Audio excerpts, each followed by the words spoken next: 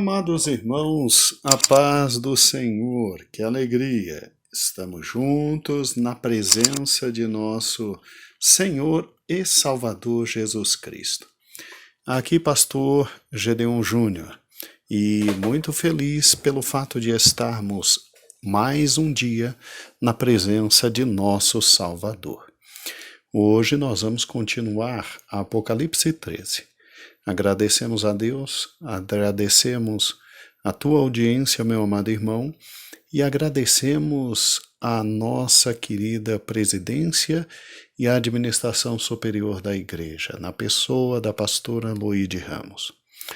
Meus irmãos, muito obrigado por esses 2 dias que de forma paciente os irmãos esperaram os áudios. Nós estamos tendo que ver muitos detalhes, são muitos fatos que a obra de Deus impõe, e por isso que ontem e hoje o áudio acabou atrasando. Não é a produção, não é o pastor Eber. Está tudo bem com o pastor Eber e também está tudo bem comigo.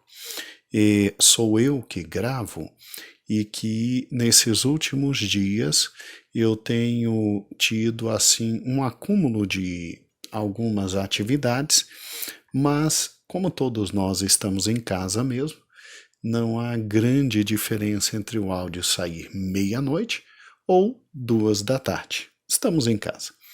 Amados irmãos, então vamos continuar. Nós estamos em Apocalipse capítulo 13. E quando você pega Apocalipse capítulo 13, você sabe que ele se situa nos 3 últimos anos e meio da grande tribulação. A grande tribulação é esse período de 7 anos, dividido em primeira parte e segunda parte, em razão de tudo aquilo que nós vimos em Daniel. Ela é exatamente a 70ª semana de Daniel. E dividida exatamente ao meio, lendo Daniel e Apocalipse juntos, nós temos os fatos históricos da seguinte forma. Em primeiro lugar, obviamente, na primeira parte da grande tribulação, nós já vimos os fatos históricos mais importantes são, óbvio, além da igreja subir, para a grande tribulação começar, o surgimento do anticristo, a ascensão do anticristo e as dificuldades que ele vai ter na administração. Sabe, irmãos, é aqui que surge o anticristo. Ele enfrenta todos os problemas que estão ocorrendo no mundo, problemas econômicos, sociais, financeiros, tributários, problemas no tocante a guerras, problemas no tocante a belicosidade enorme no mundo inteiro, mas ele vence. E quando ele vence, ele se torna um grande líder mundial, e como veremos hoje, ele chega ao máximo da liderança mundial. Aí ele começa a achar que é muita coisa, e realmente ele é muita coisa. Jesus deu a ele o poder de sair como o primeiro cavaleiro e vencer, E aí ele faz a besteira de atacar o templo de Jerusalém, que será reconstruído, e faz a bobagem de pedir adoração, exigir adoração para ele. Aí já era, e aí obviamente começa a segunda parte da grande tribulação. Então, quando olhamos para os 3 anos primeiros da grande tribulação, você tem a abertura dos 7 selos. Quando se abre o último selo, você tem o chamar de 7 anjos para tocar as 7 trombetas, e isso tudo acontecendo nos 3 primeiros anos, com o anticristo já subindo na escala de poder até chegar ao máximo posto no mundo. E quando ele chega no máximo posto do mundo, e que ele tem o mundo aos seus pés, literalmente vem o 7º anjo, e o 7º anjo, quando toca a sua trombeta, ele simplesmente chama 7 outros anjos para que haja o derramar das 7 taças da ira de Deus.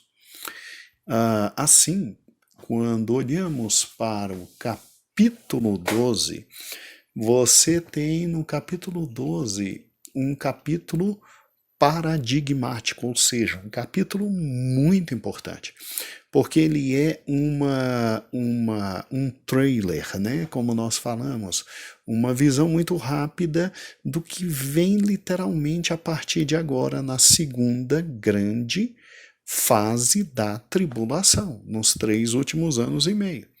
Aí vimos nos nossos últimos estudos que o capítulo 12 ele marca exatamente esse início aqui, ó, o início da segunda fase da tribulação. Ou seja, depois do anticristo chegar ao poder e resolver todos os problemas, é óbvio que as 7 taças são derramadas. Com o derramar das 7 taças, ele quebra o pacto de paz que ele tinha com Israel, né? Porque nos 3 primeiros anos e meio, Israel vai ter paz, o anticristo vai promover uma falsa paz, e depois que ele se acha o máximo tendo resolvido tudo e tendo se livrado do inconveniente das 144 mil testemunhas no meio dos judeus e das 2 grandes testemunhas que são mortas por ele e depois assuntas aos céus, aí ele quebra o pacto, ele vem para cima de Israel, ele profana o templo, e quando ele profana o templo, aí ele vem para matar Israel, e aí é a segunda vinda de Cristo. Desce o Senhor Jesus com a sua igreja, todos os seus santos, para o grande conflito do Armagedon. E estes são os grandes eventos. Daí porque Israel é figura fundamental na segunda grande parte da tribulação. Daí porque o capítulo 12 nos fala exatamente: e viu-se um sinal no céu, uma mulher vestida do sol, tendo a lua debaixo dos seus pés e uma coroa de 12 estrelas sobre a sua cabeça. E ela estava grávida e com dores de parto e gritava com ânsia de dar à luz. E aí nós vimos, sim, quem era esta mulher, de quem estava falando, porque ela se torna personagem principal na segunda parte da grande tribulação.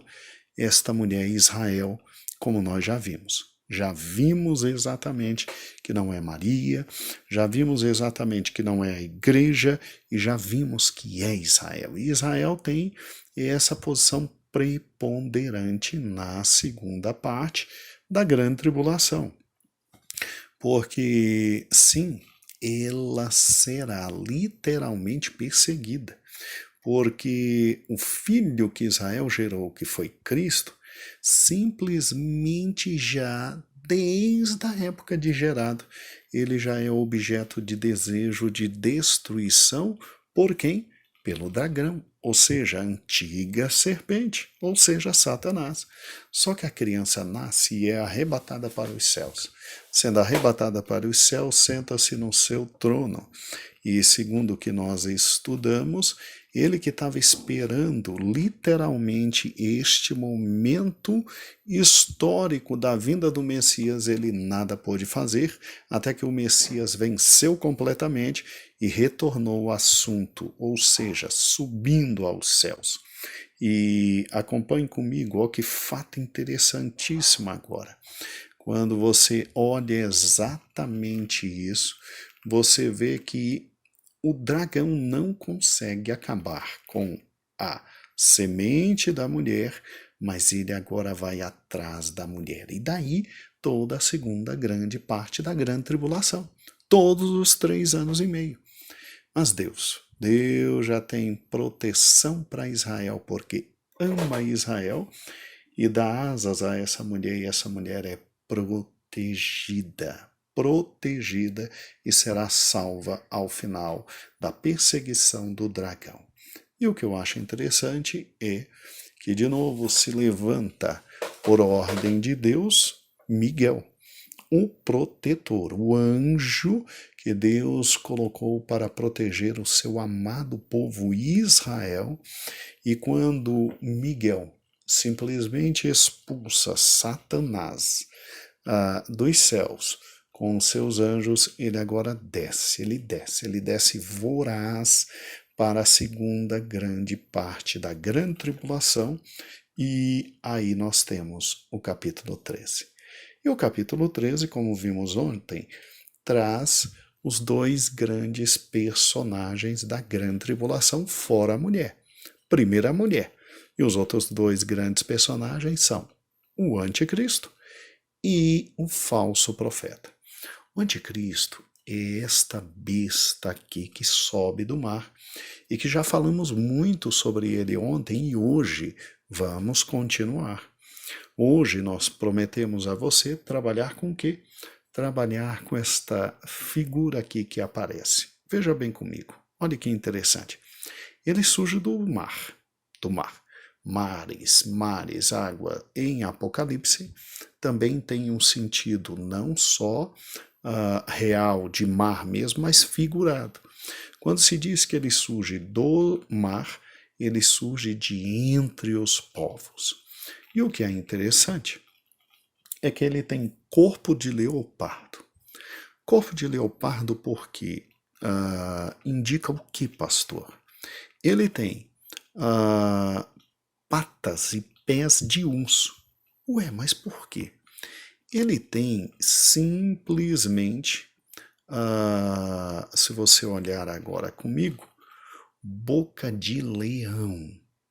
Então, corpo de leopardo, pata de urso, boca de leão, e ele tem cabeça, 7 cabeças, com exatamente 10 chifres. Olha aqui cada chifre, ó.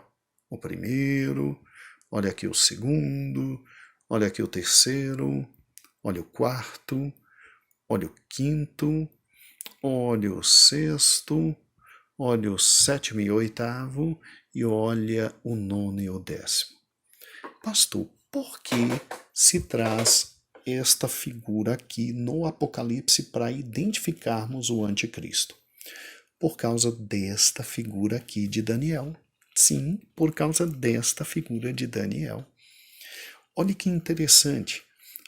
O rei sonha com essa estátua e depois o rei sonha com estes animais aqui, né? Na verdade é Daniel que sonha com os animais, me perdoem. E há uma relação entre estes animais e essa estátua. Olhe para cá. A besta que se levanta do mar, ela tem exatamente boca de leão. Por quê? Porque ela será feroz, ela será inteligentíssima, ela será extraordinariamente intelectualmente elevada, como foi o grande reino de Nabucodonosor, ou seja, a grande Babilônia. Então esse personagem histórico tem boca de leão porque a boca, ela fala de tudo aquilo que é consequência da capacidade mental. E veja que o leão que Daniel viu em Daniel 7, ele representa a cabeça de ouro que está em Daniel capítulo 2. Ou seja, o anticristo é alguém intelectualmente muito maior que todos os homens na face da terra. Daí a boca de leão dele. Mas a boca de leão dele também significa o quê? Significa voracidade, significa força, né? Voracidade. Você não pode esquecer que o leão, ele simbolizava a Babilônia. E a Babilônia, ela tinha na estátua de Nabucodonosor que ele tinha visto, ela era essa cabeça de ouro. O anticristo terá a boca de leão, e dentes de leão. Por quê? Porque sua boca será um mecanismo eficaz de controlar, de mandar, de simplesmente dizer e todos se calarem em razão dessa cabeça de ouro que você não pode se esquecer, em razão dessa capacidade elevadíssima mental que ele terá. O leão normalmente quando fala, irmãos, e ele ruge, toda a floresta se cala. O mundo se calará diante do anticristo, de tão poderoso que ele será. Agora, se você parar e pensar, o anticristo, ele é esse monstro, né, que tem patas de urso. Olha aqui que interessante. Quando Daniel viu a segunda parte, o peitoral de prata que vinha depois da cabeça de ouro, ele interpretando, ele disse, ó rei, é outro rei que vem depois de você. E aí ele tem um sonho, ele vê um urso com três grandes costelas na boca. Era um império medo-persa. Deus já estava falando, era um império medo-persa. E o que significa esta pata de urso? Significa que o anticristo terá força, muita força. Ou seja, significa que ele será os pés dele serão muito fortes. Então ele tem uma personalidade muito forte, ele é uma pessoa muito forte. Ele é um homem não só muito inteligente, mas ele tem uma presença assustadoramente forte. Quando você vê pegadas de um urso, já dá medo. E vendo o urso de frente, Deus o livre e guarde. O anticristo é isso. Ele é esse homem de personalidade muito forte. Agora vem cá, por que o corpo do anticristo, pastor, é de leopardo? Quando você olha Daniel capítulo 2, o rei Nabucodonosor, ao sonhar, ele vê essa parte aqui, terceira da nossa querida estátua que você está vendo aí, ela de bronze, não é? Que é o Império Grego. Mas Daniel tem uma revelação muito completa e exata, porque lá em Daniel 7, esta parte de bronze, Daniel vê esse elemento aqui, ó, um leopardo e um leopardo com asas. Um leopardo já é, com certeza, um dos felinos mais ágeis, mais rápidos e mais eficazes. Leopardo com asas, meu Deus do céu! Estava falando de um império fantástico que, num tempo recorde, simplesmente ia conquistar o mundo, entre aspas, civilizado na época. Aqui é o Império Grego e aqui estamos falando de Alexandre o Grande.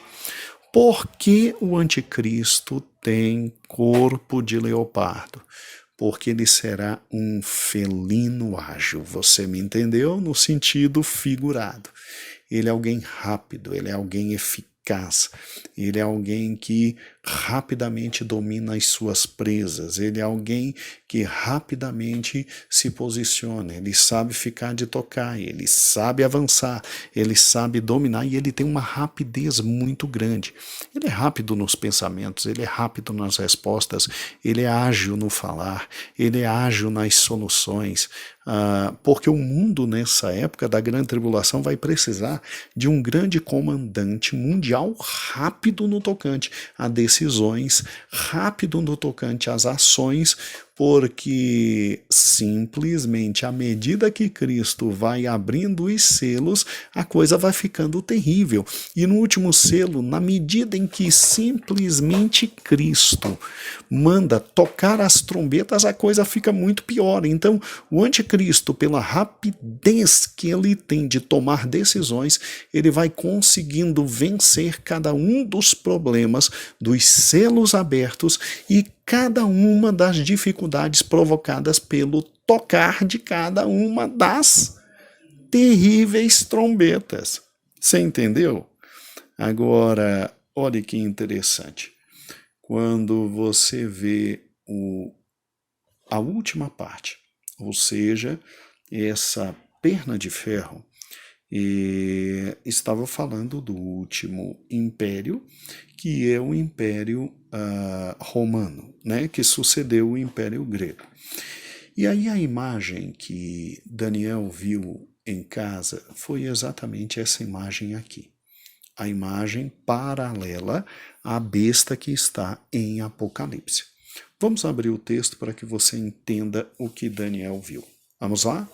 Daniel capítulo 7, leia comigo. Depois disto eu continuei olhando nas visões da noite, e eis aqui o quarto animal. É óbvio, quarto. Primeiro foi o leão, depois foi o urso, depois o leopardo, e esse quarto animal que ele não soube descrever muito bem, porque ele era um animal único, e que agora a gente vê em Apocalipse e que representa o anticristo.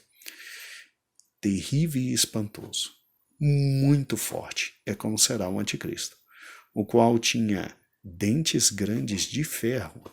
Então, olha que terrível, hein? O anticristo não tem só boca de leão, ele tem dentes de ferro. Ele é mais forte do que a gente pensa. E ele devorava e fazia em pedaços, e pisava aos pés o que sobrejava. Óbvio, pé de urso, né? Então ele vem para conquistar e conquistar mesmo e vencer. E era diferente de todos os animais que apareceram antes. E ele era um animal estranho, porque ele tinha o quê? Ele tinha 10 chifres. Olha que interessante. Isso aqui não lhe é familiar? Óbvio.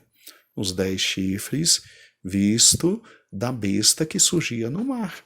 E o que é interessante é exatamente isso.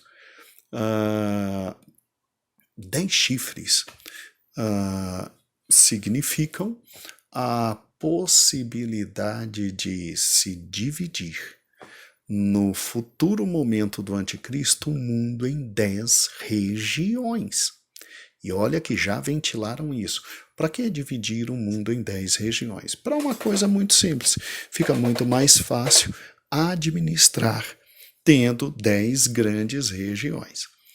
E, obviamente, então, se esta interpretação estiver correta, o anticristo será um chefe de uma destas possíveis 10 regiões no futuro, porque a economia está se tornando cada vez mais difícil. Nós estamos na época do coronavírus. Você já viu que as epidemias, elas não são mais problemas só de um país, mas do mundo inteiro. Irmãos, o mundo entrará em um colapso antes da vinda do anticristo, que talvez seja melhor realmente dividir o mundo em 10 grandes regiões, juntando países em cada região, e o anticristo será um destes chifres em uma destas regiões. E o que é interessante é que aqui se diz, estando eu a considerar, ou seja, Daniel pensando sobre os chifres, eis que entre eles subiu outro chifre pequeno. Então o anticristo é um chifre pequeno que vai dominar todos os demais chifres, diante do qual dos 3 primeiros chifres foram arrancados. Então ele tem um domínio rápido sobre 3 regiões. E havia nesse chifre olhos como de homem e uma boca que falava grandes coisas. Quem é o anticristo? O anticristo é esse pequeno chifre que cresce e que toma o domínio de todo o mundo na época que simplesmente será entregue a ele. Entregue a ele. E ele, por ter habilidades extraordinárias, segundo o que vemos em Apocalipse, capítulo 13, ele vai ser Senhor sobre todos os povos, tribos e língua, como falamos ontem.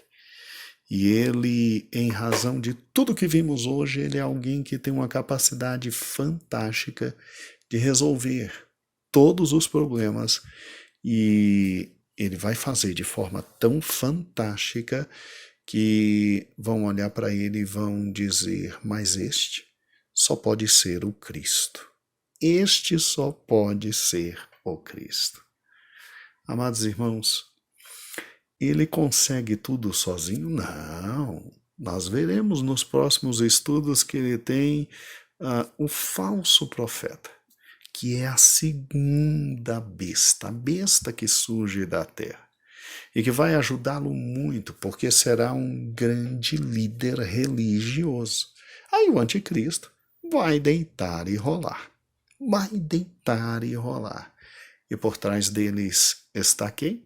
Quem deu a ele o poder, ou seja, o dragão, a antiga serpente, que expulso do céu, agora desce vorazmente, sem acesso mais a Deus, sabe que tem pouquíssimo tempo, e desce vorazmente para simplesmente tentar acabar com o restante do povo de Deus que está na terra nessa época. E qual o restante do povo de Deus que está na terra esta época? Sim, Israel.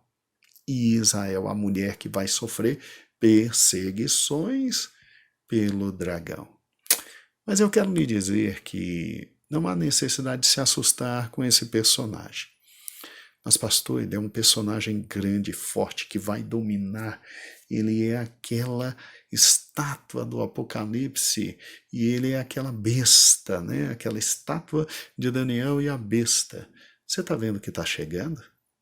Você está vendo que está chegando? Está vindo dos céus a pedra. Oh, aleluia! Está vindo dos céus a pedra rejeitada, mas que desce dos céus com voracidade.